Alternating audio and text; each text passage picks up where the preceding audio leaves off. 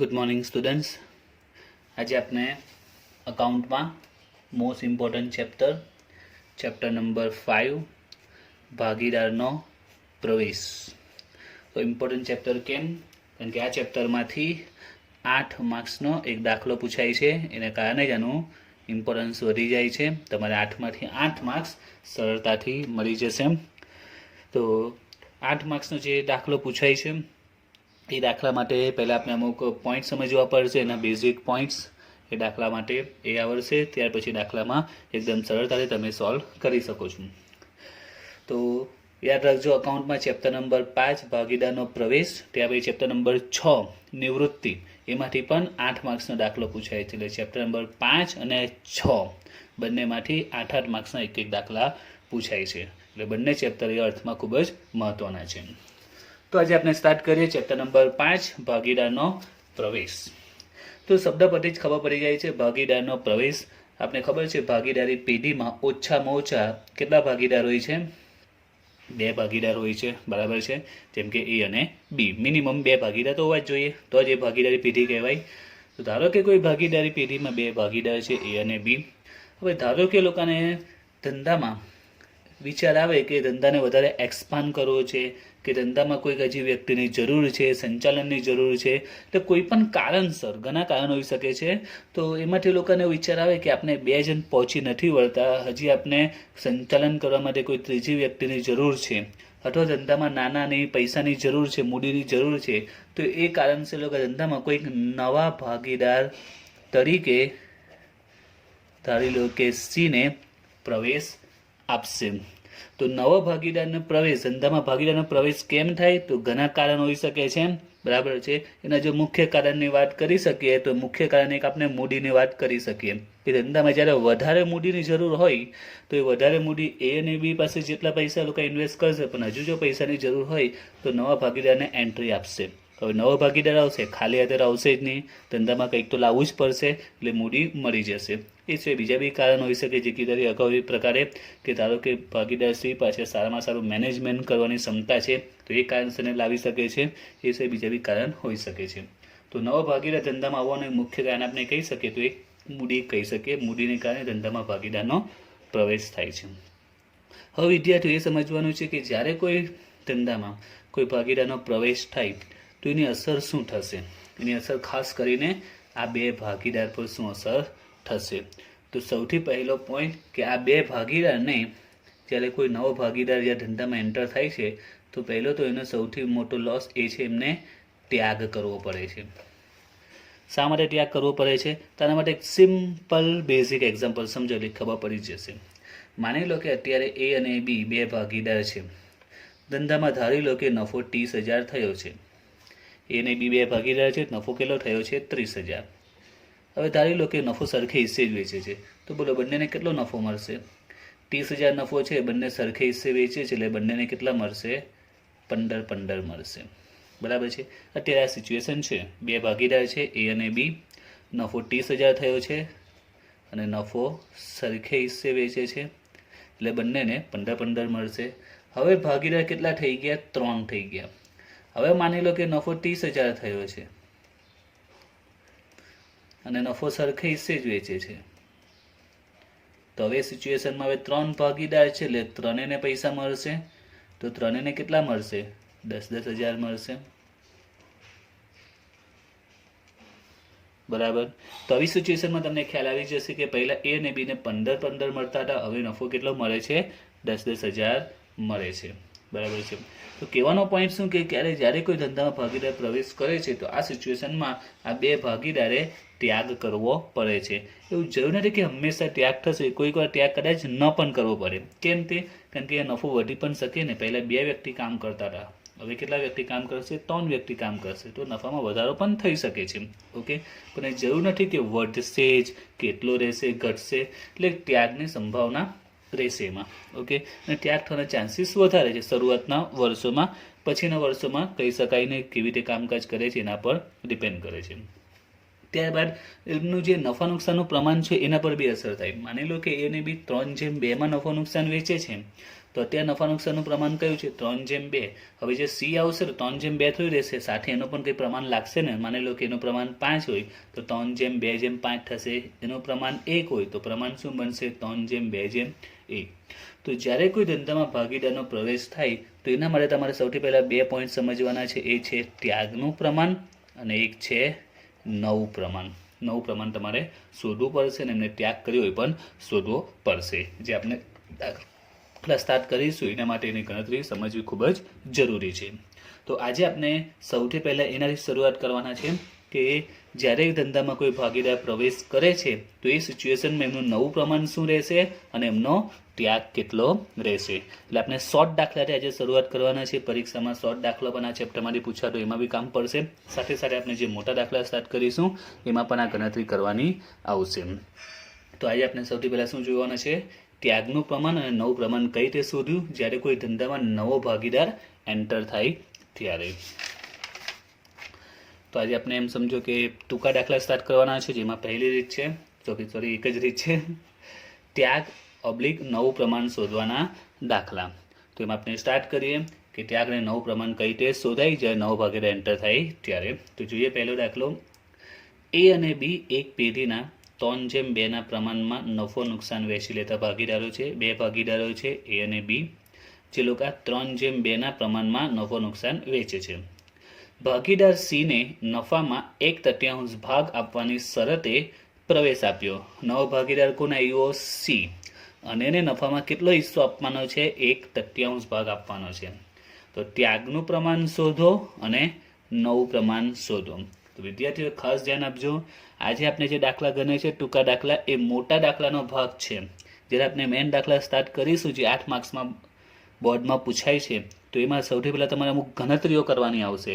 તો આ ગણતરીઓ જ છે, એ ગણતરીને આપણે દાખલા સ્વરૂપે ગણીએ છીએ અને દાખલા તરીકે પણ એક્ઝામમાં પૂછાતા હોય છે. એટલે ખાસ ધ્યાન આપજો, આ દાખલાનો કન્સેપ્ટ ક્લિયર થશે તો જ જ્યારે મોટા દાખલા ચાલુ થશે તો તમને ખ્યાલ આવશે. તો જે માહિતી આપી છે એ માહિતીને આપણે પહેલાં લખી દઈએ નીચે. તો ભાગીદારો કયા છે તે? તો ભાગીદારો છે એ અને બી અને એમનું પ્રમાણ કયું છે? 3/2 અને આપણે કહીશું જૂનું પ્રમાણ. જૂનું પ્રમાણ છે 3/2. ઓકે, બે ભાગીદારો એ અને બી છે અને એમનું પ્રમાણ આપ્યું છે 3/2. હવે ભાગીદાર સીને નફામાં 1/3 ભાગ આપવાની શરતે પ્રવેશ આપ્યો. એટલે કે નવો ભાગીદાર કોણ છે? સી. નવા ભાગીદાર સીને નફામાં કેટલો ભાગ આપવાનો છે? નફામાં 1/3 ભાગ આપવાનો છે.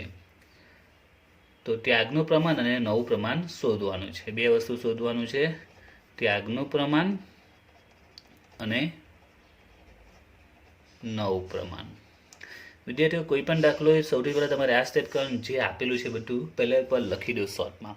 ઓકે, હવે આપણે રકમને જોવાની જરૂર નથી, આપણી પાસે આ ઇન્ફોર્મેશન છે કે બે ભાગીદાર એ બી જૂનું પ્રમાણ 3/2 છે. નવા ભાગીદાર સીને ધંધામાં દાખલ થયો છે, નફામાં કેટલો ભાગ આપવાનો છે? ને 1/3 ભાગ આપવાનો છે. તો ત્યાગનું પ્રમાણ અને નવું પ્રમાણ શોધો. તો ધ્યાન આપજો, ફરીથી કહું છું, જ્યારે મેઇન દાખલા સ્ટાર્ટ થશે ત્યારે ગણતરી આવડવી જોઈએ, કારણ કે જ્યારે મોટા દાખલા શરૂ કરીશું ત્યારે મારું ફોકસ મોટા દાખલા સમજાવવા પર હશે. ત્યારે આ ગણતરી હું ફરીથી ડિટેલમાં નહીં સમજાવીશ, તે સમજાવીશ પણ એટલે ડિટેલમાં સ્ટેપ બાય સ્ટેપ નહીં સમજાવીશ. ત્યારે આ ગણતરી આપણે ફટાફટ કરી લઈશું અને જે મોટા દાખલાના પોઈન્ટ છે એના પર વધારે ધ્યાન આપી શકીએ એના માટે. એટલે ખાસ ધ્યાન આપજો ટૂંકા દાખલા પર. તો નવા ભાગીદાર સીને નફામાં 1/3 ભાગ આપવાનો છે. એટલે પેઢીનો જે બી નફો આવશે એમાંથી 1/3 ભાગ કોને આપી દેવાનો? સીને આપી દેવાનો. બરાબર છે? તો અહીંયા આપણે ધારીને ગણતરી કરવી પડશે. ધારો કે પેઢીનો કુલ ભાગ અથવા આપણે નફો બી કહી શકીએ કે પેઢીનો કુલ ભાગ અથવા નફો માની લો કે 1 છે. પેઢીનો કુલ ભાગ કે નફો કેટલો છે? સપોઝ કે 1 છે. હવે નવા ભાગીદાર સીને નફામાં કેટલો ભાગ આપવાનો છે? 1/3 ભાગ આપવાનો છે. તો હવે સીનો ભાગ કેટલો થશે? કુલ ભાગ આપણે પેઢીનો લઈ લીધો, પેઢીનો કુલ ભાગ કેટલો છે? 1 છે. એમાંથી સીનો હિસ્સો કેટલો છે? એ છે 1/3. કુલ ભાગ આપણે શું ધારી લેવાનો છે? 1 ધારી લેવાનો છે. દાખલા યાદ રાખજો, સ્ટેપ યાદ રાખજો કે જ્યારે ભાગીદાર નફામાં અમુક ભાગ આપવાનો હોય તો તમારે આ જ પ્રમાણે ગણતરી કરવાની છે. સૌથી પહેલાં શું કર્યું આપણે? પેઢીનો કુલ નફો, કુલ ભાગ ધારી લો કે કુલ ભાગ કે કુલ નફો કેટલો છે? 1. એમાંથી સીને ભાગ કેટલો આપવાનો છે? 1/3. એટલે કે જે કુલ છે એમાંથી સીને 1/3 આપવાનો છે. ઓકે, એના માટે જેમ કે ઉદાહરણ છે તેના પર વાત કરીએ. જેમ કે આ 30,000 નફો છે. ઓકે, આ 30,000માંથી 1/3, તો 30,000ને તમે 1/3 કરો તો કેટલા આવે? 10,000. 30,000ને 1/3 કરો તો કેટલા આવે? 10,000. એટલે 30,000 એ કુલ નફો છે, એમાંથી સીને કેટલા આપવાના છે? 10,000. તો જો કુલ 30,000 બરાબર, એમાંથી સીને 1/3, તો 30,000ને 1/3 કરો તો કેટલા આવે? 10,000. આ તમારે સીને આપવાના છે. તો હવે વિચારો, પ્રેક્ટિકલ વિચારો, કુલ નફો 30,000, એમાંથી 10,000 તમે સીને આપી દેશો તો હવે વધ્યા કેટલા? 20,000 વધ્યા. આ 20,000 કોના કહેવાશે? તો આ 20,000 હજુ બે ભાગીદારો છે ને, એ અને બી, તો એ કોના કહેવાશે? એ અને બી ના કહેવાશે. ખ્યાલ આવ્યો? તો બસ તમારે આ જ કરવાનું છે કે પેઢીનો જે કુલ નફો છે એમાંથી સીને 1/3 આપવાનો છે, તો 1/3 આપી દઈએ. 30,000ને 1/3 કરીએ તો 10,000 આવે. 10,000 સીને આપી દો તો વધ્યા કેટલા? 20,000. 20,000 કોના કહેવાશે? એ અને બી ના કહેવાશે. તો આપણે એ જ પ્રકારે ગણતરી કરવાની છે કે પેઢીનો કુલ ભાગ, કુલ નફો 1 છે, જેમાં સીનો ભાગ આપણે કેટલો આપ્યો છે? દાખલામાં કીધું છે 1/3 ભાગ આપી દેવાના છે. 1ના તમે 1/3 કરો, 1ના 1/3 કરો, જવાબ એનો એ જ આવે. ઓકે, તો આ રકમ માટે શું કરવાની છે? બાદ કરી નાખવાની છે. 1માંથી 1/3 બાદ કરી નાખો. તો 1માંથી 1/3 બાદ કરે તો કેટલા આવે એ પણ ખબર હોવી જોઈએ. તો એના માટે તમારે લસા કે ચોકડી ગુણાકાર કરવો પડે. લસા કે ચોકડી ગુણાકાર, છેદમાં કંઈ નથી તો આ બાજુ 3 છે, અહીંયા કંઈ 1 હશે તો લસા લઈએ તો 3 આવશે. અને 3 એકા 3 -1 એટલે 2/3. અથવા તમે ચોકડી ગુણાકાર કરો, છેદમાં કંઈ તો 1, પહેલાં આ બાજુ 3 એકા 3, 1 એકુ 1, છેદમાં બંને છેદનો ગુણાકાર, 3 એકા 3, તો આમાં જવાબ 2/3. તો લસા લેવો કે ચોકડી ગુણાકાર કરો, બંનેમાં જવાબ સેમ જ આવે. પરંતુ આપણે આના કરતાં પણ શોર્ટકટ મેથડ એ દાખલો ગણવાનો છે, જે તમને શોર્ટકટ મેથડ બતાવું છું. 1 - 1/3 છે, એનો જવાબ તો આપણે ખબર પડી ગઈ કે 2/3 આવે છે. ઓકે, હવે હું બીજી 2-3 રકમ લેવું છું અને તમારે વિચારવાનું છે કે એનો જવાબ કેટલો આવશે. જો 1 - 3/5, 1 - આ એકમાંથી બાદ કરવા માટે સ્પેશિયલ છે કે આપણે જો કે દરેક દાખલામાં એક જ ધારવાનું છે, આમાં એનાથી જ આપણે સોલ્યુશન મળશે. તો 1 - 1/7, 1 - 2/9,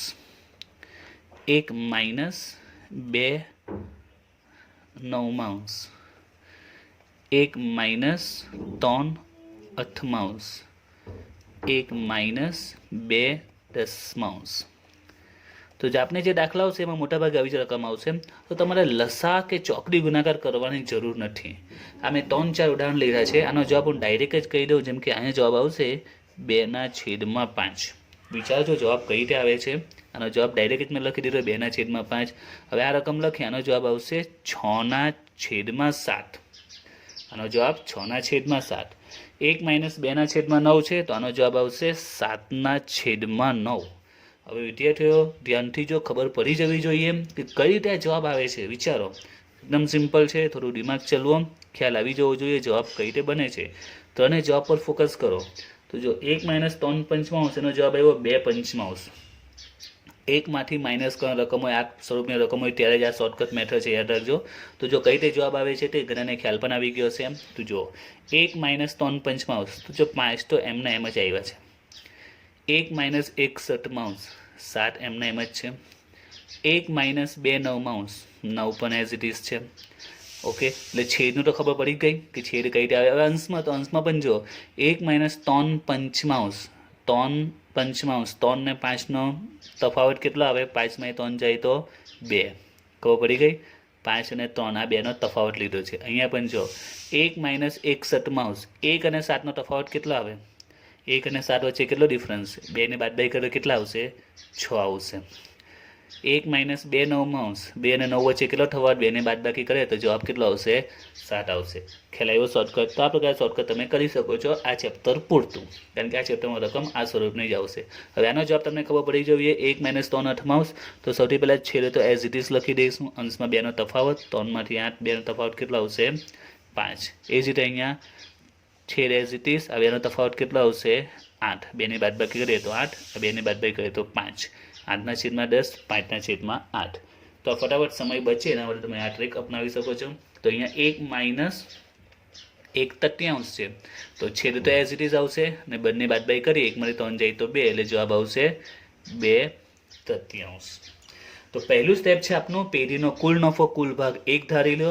એમાંથી સી ને કેટલો ભાગ આપવાનો છે 1/3 આપવાનો છે. તો 1 ધાર્યો છે 1 ને 1/3 એટલે જવાબ એનો જ આવશે 1 ને 1/3 જ આવશે. તો 1 માંથી 1/3 માઇનસ કરો 2/3 કોનો ભાગ કહેવાશે એ અને બી નો સંયુક્ત ભાગ કહેવાશે. હવે આ ભાગ કોનો છે એનો પણ છે અને બીનો પણ છે. આ શરૂઆતમાં સમજાયું તે કે 30,000 નફો છે પેઢીનો કુલ, એમાંથી સી ને કેટલો ભાગ આપવાનો છે 1/3. તો ફરીથી સમજાવું છું, 30,000 એ પેઢીનો નફો છે ધારી લો કે. હવે સી ને કેટલો ભાગ આપવાનો છે 1/3. તો 30,000 ના તમે 1/3 કરો તો 10,000 આવશે. હવે કુલ હતા 30,000, કુલ કેટલા હતા 30,000, એમાંથી સી નો ભાગ કેટલો આવ્યો 10,000. તો બાકીના જે 20,000 બચે છે આ 20,000 કોના કહેવાશે એ અને બી નો સંયુક્ત કમ્બાઇન્ડ ભાગ કહેવાશે. તો બસ આપણે એ જ કર્યું છે. અહીંયા આંકડા છે આપણે અહીંયા ધારીને 1 ધારીને ગણતરી કરી છે. પેઢીનો ભાગ 1, એમાંથી સી નો ભાગ 1/3 માઇનસ કરો 2/3 બચ્યો એ અને બી નો ભેગો ભાગ થયો. હવે એ અને બી નો ભેગો છે બંનેને છૂટો કરવો પડશે ને. આમાંથી એ નો હિસ્સો કેટલો અને બી નો હિસ્સો કેટલો. ઓકે, તો એ નો ભાગ કેટલો નવો ભાગ અને બી નો નવો ભાગ કેટલો. કારણ કે આપણે જે કુલ મળ્યું છે 2/3 એમાંથી આપણે હવે એ અને બી નો ભાગ શોધવાનો છે કે એ નો ભાગ કેટલો અને બી નો કેટલો. કુલ કેટલો છે 2/3, જેમાં એ નો હિસ્સો પણ છે બી નો હિસ્સો પણ છે. તો જો એટલે આ 2/3 છે તેને આપણે કોની વચ્ચે વેચવાના છે એ અને બી વચ્ચે વેચવાના છે. તો આને પણ સમજાવવા માટે આ ઉદાહરણ પર આવીએ. અહીંયા એ અને બી નો સંયુક્ત ભાગ કેટલો છે 20,000 છે. આ 20,000 કોના છે આમાં 20,000માં એ નો પણ હિસ્સો છે અને બી નો પણ હિસ્સો છે. આ 20,000માં એ નો પણ હિસ્સો છે અને બી નો પણ હિસ્સો, એટલે બંને વચ્ચે વહેંચવાના છે. આ 20,000 બંનેનો ભેગો ભાગ છે, એ અને બી નો ભેગો ભાગ છે. આમાં એ નો પણ હિસ્સો છે અને બી નો પણ હિસ્સો છે. હવે એ અને બી નો હિસ્સો કઈ રીતે છૂટું પાડવું તો એ વેચાશે એમના જૂના પ્રમાણમાં. માની લો કે એ અને બી નું જૂનું પ્રમાણ 3:2 હોય. એ અને બી નું જૂનું પ્રમાણ કેટલું છે 3:2. તો એ લોકો જે 20,000 ભાગ બચ્યો છે ભેગો એ કયા પ્રમાણમાં વેચશે 3:2માં. એટલે 3/5 અને 2/5. તો અહીંયા આપણે ઉડાવીએ 5 × 24, 4 × 12, 5 × 10 અને 5 × 4 = 8. એટલે 20,000 માંથી એ ને કેટલા મળ્યા 12,000 અને બી ને કેટલા મળ્યા 8,000. તો એ ને બી નો જે ભેગો ભાગ આવ્યો 20,000 એમાં એ નો પણ ભાગ કહેવાય બી નો પણ ભાગ કહેવાય, પણ કોનો કેટલો તે લોકો શું કરશે એમના જૂના પ્રમાણમાં વેચી દેશે. આ 20,000 ને શું કર્યું એમના જૂના પ્રમાણમાં વેચી દીધા. તો એ ને 12,000 મળે છે અને બી ને 8,000 મળે છે. ઓકે, તો આ સ્ટેપ આપણે પણ અહીંયા ફોલો કરવાના છે કે એ અને બી નો ભાગ કેટલો તે. તો જો બંનેનો ભેગો ભાગ કેટલો છે 2/3 છે.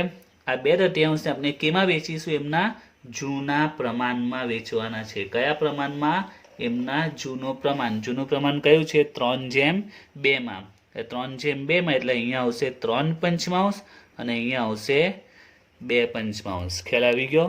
તો આ જે બંનેનો ભેગો ભાગ છે એ બંને વચ્ચે વહેંચવાનો છે, બંનેનો કમ્બાઈન હિસ્સો છે એ બંને વચ્ચે વહેંચવાનો છે. કયા પ્રમાણમાં જૂના પ્રમાણમાં વેચવાનો છે. ખાસ યાદ રાખજો, બંનેનો જે ભેગો ભાગ છે બંને વચ્ચે એમના જૂના પ્રમાણમાં એટલે કે 3:2માં વેચી દઈશું. ઓકે, એટલે ગુણ્યા 3/5 અને 2/5. ખ્યાલ આવી. આની જેમ જ આ જે ભેગો ભાગ આવ્યો 20,000 એ પહેલા લખી દીધો.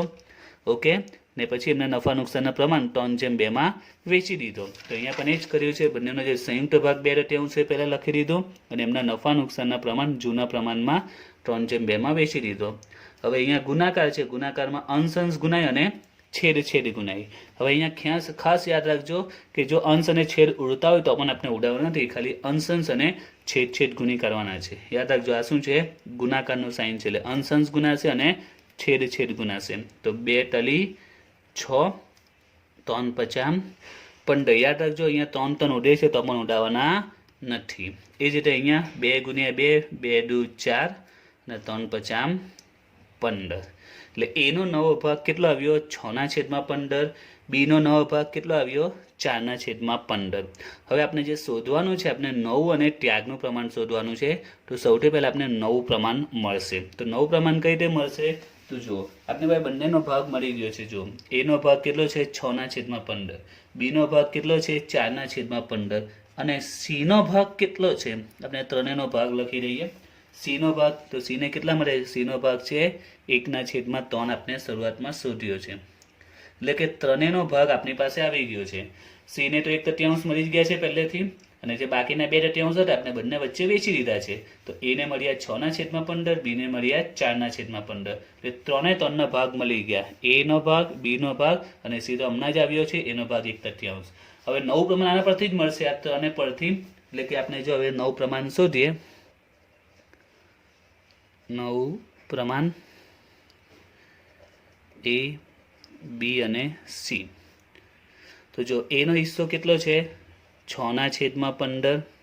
બીનો હિસ્સો કેટલો છે? 4/15. અને સીનો હિસ્સો કેટલો છે? 1/3. તો હવે નવું પ્રમાણ શું બનશે તે? તો આપણે કહીએ 6/4/1. આવી રીતે ન કહી શકાય, કારણ કે બધાના છેદ સરખા હોવા જોઈએ. એટલે કે અહીંયા છેદમાં 15 છે, અહીંયા 15 છે, તો અહીંયા પણ કેટલા હોવા જોઈએ? 15 હોવા જોઈએ. તો નવું પ્રમાણ પણ મળી ગયું છે, બધાનો નવો ભાગ મળી ગયો છે. જો એ અને બીનો નવો ભાગ જ છે, સી તો હમણાં જ આવ્યો, એટલે પણ એનો નવો જ ભાગ કહેવાય. તો પ્રમાણ આપણે જોઈએ તો 6/15, 4/15 અને 1/3. આપણે પ્રમાણ કહીએ 6/4/1. પરંતુ નિયમ છે બધાના છેદ સરખા હોવા જોઈએ. અહીંયા બંનેમાં તો 15 જ છે, જ્યારે અહીંયા 3 જ છે. તો અહીંયા 15 લાવવા હોય તો શું કરવું પડે? તો અહીંયા આપણે 5 વડે ગુણવું પડે. પણ જો છેદને ગુણીએ તો અંશને પણ ગુણવો પડે. હવે આ ગણતરી આપણે અહીંયા જ બતાવી દઈએ. જો બંનેના છેદમાં 15 છે, તો અહીંયા બી 15 લાવવા માટે કેટલા વડે ગુણવું પડશે? 5 વડે. તો અહીંયા છેદમાં 5 વડે ગુણે એટલે 15 થઈ જશે, અને છેદ સાથે ગુણો તો અંશ સાથે પણ ગુણવું પડે. તો 5 × 5 અને છેદમાં 5 તલી 15. તો જો હવે આપણે નવું પ્રમાણ મળી જશે, આપણે ડાયરેક્ટ જવાબ જ લખી દઈએ. ભાગીદારો એ, બી, સી અને એમનું નવું પ્રમાણ મળી ગયું. તો 6/15, 4/15, 5/15 બધાના છેદ કેવા થઈ ગયા છે? સરખા થઈ ગયા છે. એટલે આપણે ખાલી ડાયરેક્ટ લખી દઈએ અંશ 6/4/5. ઓકે, તો આ પહેલું એમનું નવું પ્રમાણ મળી ગયું. આપણું ગણતરી છે. તો એ, બી અને સી નું નવું પ્રમાણ શું આવ્યું? 6/4/5. જે આપનો પ્રશ્ન હતો નવું પ્રમાણ અને ત્યાગનું પ્રમાણ, એમાં નવું પ્રમાણ મળી ગયું. ક્લિયર? નવું પ્રમાણ શોધવાનું તો સિમ્પલ છે, બસ આ સ્ટેપ યાદ રાખજો. હવે ત્યાગનું પ્રમાણ બી શોધી કરીએ. તો ત્યાગનું પ્રમાણ બી સિમ્પલ જ છે. તેના માટે તમારે ત્યાગના પ્રમાણનું સૂત્ર મૂકી દેવાનું છે. અગાઉ આપણે ભણી ગયા છે. ત્યાગના પ્રમાણનું સૂત્ર શું આવતું હતું? જૂનું પ્રમાણ માઇનસ નવું પ્રમાણ. જૂનું માઇનસ નવું. હવે કોનો ત્યાગ થશે? તો એ અને બીને ત્યાગ થશે. યાદ રાખજો, સીને ત્યાગ નહીં થાય. તો જો હમણાં ધંધામાં પ્રવેશ કર્યો છે, એન્ટ્રી કરી છે, ત્યાગ કોને થાય? જૂના ભાગીદારને થાય. એટલે કે એ અને બીને જ ત્યાગ થશે. તો શોધીએ એ અને બીનું. તો પહેલાં વાત કરીએ એનું જૂનું પ્રમાણ. તો એનું જૂનું પ્રમાણ કેટલું છે? 3 ને આ 2, એટલે 3/5. એ જ રીતે બીનું પણ લખી દઈએ. તો બીનું જૂનું પ્રમાણ કેટલું આવશે? તો બીનું જૂનું પ્રમાણ 2 છે, એટલે 2/5 માઇનસ નવું પ્રમાણ. તો એનું નવું પ્રમાણ કેટલું આવ્યું? એનું નવું પ્રમાણ 6. 6/માં કેટલા થાય? 6 ને 4 10 ને 5 15. અને બીનું નવું પ્રમાણ. તો બીનું નવું પ્રમાણ છે 4. 4 ટોટલ છે 15. અહીંયા લસા લઈશું. આપણે અગાઉ ભણી ગયા છે. તો લસા કેટલા આવશે? 5 ને 15 છે, એટલે 3 વડે ગુણવો પડશે. લસા 15 થશે. તો અહીંયા 3 તાલી 9. અહીંયા તો એક જ વડે ગુણીશું એટલે 6 આવશે. 9માંથી 6 જાય 3. 3/15. એ જ રીતે અહીંયા 3 દુ 6 માઇનસ 4, એટલે 2/15. એટલે ત્યાગનું પ્રમાણ શું બનશે? ત્યાગનું પ્રમાણ એ અને બીનું શું આવશે? એ 3/15 ને 2/15. એટલે પ્રમાણ શું થશે? 3/2. છેદ સરખા જ છે, 3:2.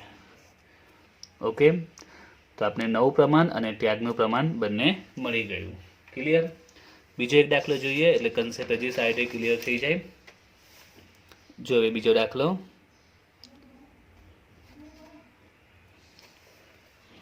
અજય અને વિજય એક પેઢીના 5:3 પ્રમાણમાં નફો નુકસાન વહેંચી લેતા ભાગીદારો છે.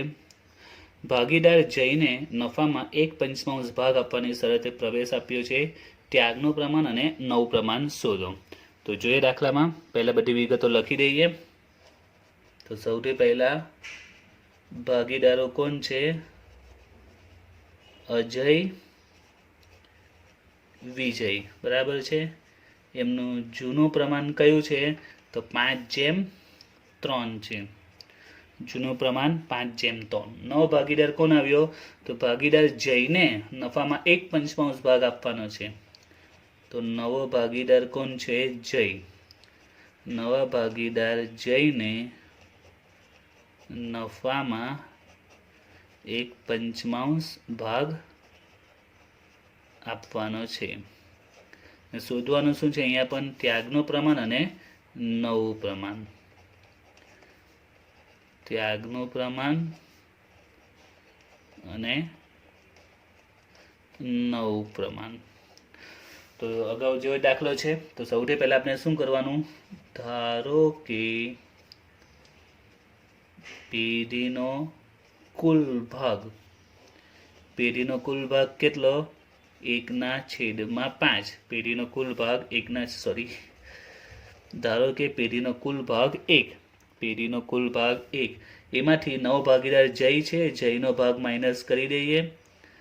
માઇનસ જયનો ભાગ. જયનો ભાગ કેટલો છે? 1/5.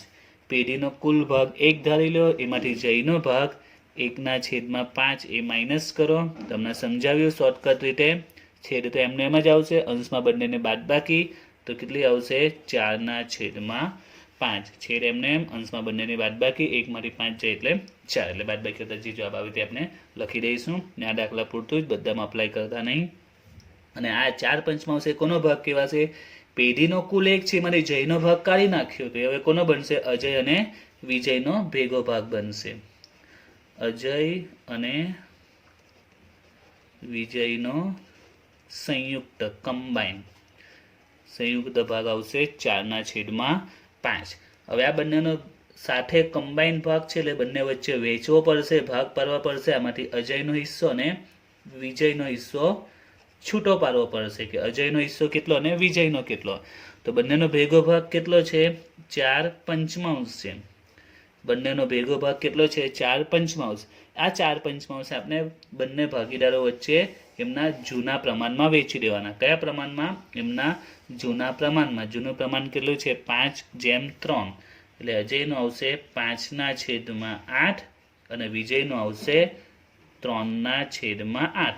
5/8 અને 3/8. તમને સમજાવ્યું તે ગુણાકારમાં અંશ ગુણાય, છેદ ગુણાય. ઉડતું હોય તો પણ આપણે ઉડાવવાનું નથી. તો 4×5 = 20 અને 8×5 = 40. એ જ રીતે અહીંયા 4×12 8×5 = 40. તો અજય ને વિજયનો આપણે આ નવો ભાગ મળી ગયો. અજયનો નવો ભાગ 20/40, વિજયનો નવો ભાગ 12/40. હવે નવું પ્રમાણ માટે ત્રણેયનો ભાગ જોઈએ. તો અજયનો ભાગ મળી ગયો, વિજયનો ભાગ મળી ગયો અને વાત કરીએ હવે જયનો ભાગ. તો જયનો ભાગ તો આપણી પાસે છે જ 1/5. જયનો ભાગ 1/5. હવે નવું પ્રમાણ માટે છેદ સરખા કરી દઈએ. તો અહીંયા છેદમાં 40 છે, અહીંયા 40, અહીંયા 5 જ છે. તો આને આપણે ગુણવું પડશે. કેટલા વડે ગુણીએ? તો 8 વડે ગુણીએ તો 8×5 = 40 થઈ જશે. અને છેદમાં ગુણીએ એટલે અંશમાં બી ગુણીશું. તો 8 × 8 8×5 = 40. તો છેદ સરખા થઈ ગયા. હવે બોલો નવું પ્રમાણ શું થશે? તો નવું પ્રમાણ ભાગીદારો લઈ લઈએ. તો ભાગીદારો કયા કયા છે તે? તો પહેલા છે અજય, વિજય અને જય. તો પ્રમાણ આવશે, છેદ સરખા છે, 20:12:8. 12/8. તો આ નવું પ્રમાણ મળી ગયું. અને તમે નાની કરવું હોય સંખ્યાને નાની પણ કરી શકો છો, કારણ કે બધાને આપણે કોઈ ચોક્કસ સંખ્યા વડે ભાગી શકીએ છીએ. બધાને કેટલા વડે ભાગી શકીએ? 4 વડે. તો એને 4 વડે ભાગીએ તો 4 × 5 = 20, 4 × 3 = 12, 4 × 2 = 8. તો આપણે નાની પણ કરી શકીએ. આવું નહીં કરો તો પણ ચાલે. 20/12/8 આવવા દો તો પણ ખોટું નથી. નાની કરે નાનું પણ કરી શકીએ છીએ. તો નવું પ્રમાણ મળી ગયું. હવે શોધીએ ત્યાગનું પ્રમાણ. તો ત્યાગના પ્રમાણનું સૂત્ર શું છે? જૂનું પ્રમાણ માઇનસ નવું પ્રમાણ. તો ત્યાગ કોણ કરશે? જે જૂના ભાગીદારો છે તે જ, અજય ને વિજય. જય તો જે હમણાં આવ્યો છે, એટલે અજય અને વિજય આ બંને જણ ત્યાગ કરશે. તો અજયનું જૂનું પ્રમાણ અને વિજયનું જૂનું પ્રમાણ 5/3. તો 5/8 અને 3/8 માઇનસ નવું પ્રમાણ. તો આપણે આ જ લઈએ અત્યારે. તો નવું પ્રમાણ અજયનું કેટલું છે? 20. 20ના છેદમાં ટોટલ કરીએ તો 12 ને 8 20 ને 20 40. એ જ રીતે વિજયનું નવું પ્રમાણ કેટલું છે? વિજયનું નવું પ્રમાણ 12 છે. 12ના છેદમાં 40. લસા લઈશું તો 5 વડે ગુણવું પડશે. 40 છે, લસા 40 આવશે. ઓકે, તો 5×5 = 25 - 20 એટલે 5ના છેદમાં 40. 3×5 = 15 - 12 3ના છેદમાં 40. એટલે ત્યાગનું પ્રમાણ શું બનશે બંનેનું? તો ત્યાગનું પ્રમાણ આવશે, છેદ સરખા જ છે આમાં, એટલે 5/3. ઓકે. હવે બીજું એક શોર્ટકટ ટ્રીક અહીંયા બીજી આપી દઉં છું કે જ્યારે દાખલામાં આ રીતનો પોઈન્ટ આવે એટલે આમાં બીજા બી ટ્વિસ્ટ પોઈન્ટ આવશે હજુ, જે આપણે નેક્સ્ટ વિડીયોમાં જોઈશું. બીજા બી દાખલા આવવાના છે. આજે તો આપણે એક જ પ્રકારના દાખલા જોયા કે કોઈ ભાગીદારને 1/5 ભાગ આપ્યો, અહીંયા 1/3 ભાગ આપવાની શરતે પ્રવેશ આપ્યો. એ રીતનો પોઈન્ટ આવે એની ગણતરી કરી બીજા બી નવા પોઈન્ટ આપણે નેક્સ્ટ વિડીયોમાં જોઈશું. હવે અહીંયા તમને એક શોર્ટકટ ટ્રીક બતાવી દઉં છું કે જ્યારે દાખલામાં આવું કહ્યું હોય કે ભાગીદાર સીને નફામાં 1/3 ભાગ આપવાની શરતે પ્રવેશ આપ્યો, ત્યારે ત્યાગને નવું પ્રમાણ શોધવું હોય તો ત્યાગનું પ્રમાણ હંમેશા જૂના પ્રમાણ જેટલું જ આવે. જ્યારે દાખલામાં આ રીતનો પોઈન્ટ હોય કે નફામાં 1/3 ભાગ આપવાની શરતે પ્રવેશ આપ્યો, નફામાં 2/3 ભાગ, નફામાં 1/4, નફામાં 1/7, આવી રીતે કંઈ પણ પોઈન્ટ આપેલો હોય, આવી સિચ્યુએશનમાં ત્યાગનું પ્રમાણ હંમેશા જૂના પ્રમાણ જેટલું જ આવે. જો આ દાખલામાં ત્યાગનું પ્રમાણ કેટલું આવ્યું? 3/2. અને જૂનું પ્રમાણ બી કેટલું છે? 3/2. સરખું જ આવ્યું ને? આપણે બીજો દાખલો જોયો, એમાં જો ત્યાગનું પ્રમાણ 5/3 અને જૂનું પ્રમાણ પણ કેટલું? 5/3. એટલે એવી સિચ્યુએશનમાં જૂનું પ્રમાણ અને ત્યાગનું પ્રમાણ કેવું હોય? સેમ જ આવે. જે જૂનું હોય તે જ ત્યાગનું બની જાય. પણ ક્યારે યાદ રાખજો, જ્યારે દાખલામાં આ રીતનો પોઈન્ટ આપેલો હોય ત્યારે કે નફામાં 1/5 ભાગે શરતે પ્રવેશ આપ્યો, નફામાં 1/3, 1/2 આવું કંઈ પણ આપેલું હોય, બરાબર છે. નવા ભાગીદારનો 1/3, 1/4, 1/5, 1/6, 1/7, 1/8 કોઈ પણ રકમ હોય, આવી સિચ્યુએશનમાં જે જૂનું પ્રમાણ હોય એ ત્યાગનું પ્રમાણ બને છે. તો આમાં બીજા બી દાખલા આવશે તે આપણે નેક્સ્ટ વિડીયોમાં જોઈશું, બીજા બી નવા પોઈન્ટ.